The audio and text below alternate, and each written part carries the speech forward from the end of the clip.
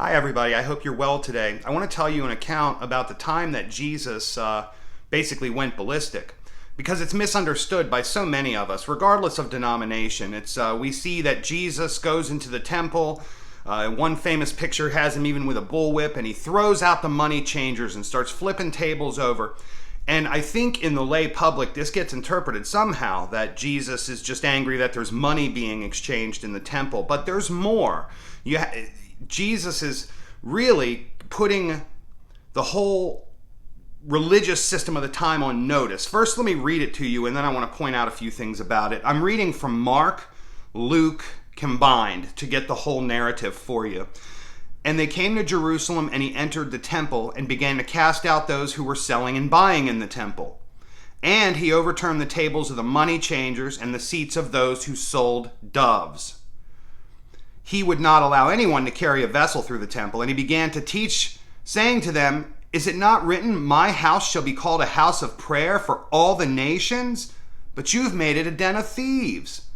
The chief priests and the scribes and the leading men and the people that heard it, they sought a way to destroy him, for they were afraid of him, because all the crowds were astonished at his teaching. But they found nothing that they could do to him, for all the people hung upon his words. And when it was evening, he went out of the city. Why did he destroy the temple? What was he angry about? Was it money specifically? And can we say it has a modern correlation to money in the church? Jesus is attacking the religious institution of Judaism, specifically the sacrificial system. We learn in the Old Testament, in the law portion of it, that a regular Jewish citizen, a regular Hebrew would throughout the year make a pilgrimage to Jerusalem, make a purchase of either grain or a bird or a heifer. The priest would slit the animal, and that physical blood covered the sins of the family for a portion of time. Well, if you read in the book of Hebrews, Jesus is going to be this sacrifice. That's the whole point of the cross. He is going to be the once and for all sacrifice.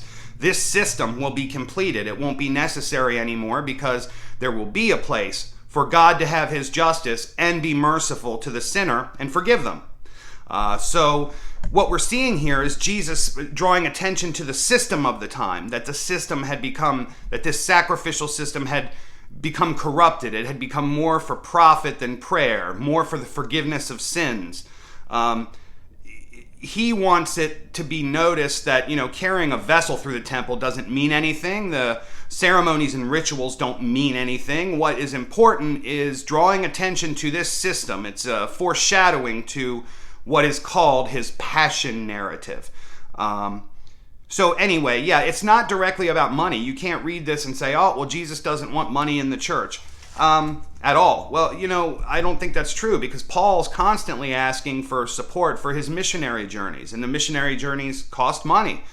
These people have to live and work in this world. So I think the point of that passage is the condemnation of the sacrificial system as having somehow become corrupted, and the foreshadowing to himself and his passion. Have a good day, friends. I have not decided on what major project I'm going to do next. And I'll tell you why. I don't talk about this kind of stuff with you because you don't care. You don't come to me to talk about YouTube and algorithms and things like that. But like everyone, I get shadow banned.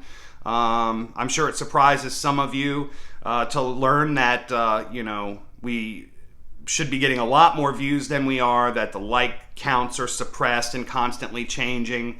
And there's honestly nothing I can do about it.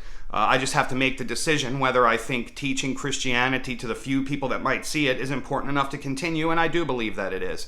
But I'm not getting any favors from, the system, technology. It really does not favor Christian messages. So we just say what we can say and pray to God to keep us on the right path, and we keep plugging along. That's what we do. So anyway, that stuff there is in Mark chapter 11, Luke chapter 19. Go check it out. See what you think about that. Particularly the part about the dove. I think that reveals what this is really about, So anyway, I am going to get myself into a project here, and I'll announce what it's going to be, and we'll go through our usual process. I might continue in the book of Romans. I've gotten up through chapter 4 basically, and we might continue that. But I think I got the point across I wanted to about the book of Romans. So you can watch that 2 or 3 part series. Anyway, talk to you all soon. Have a good day. Bye.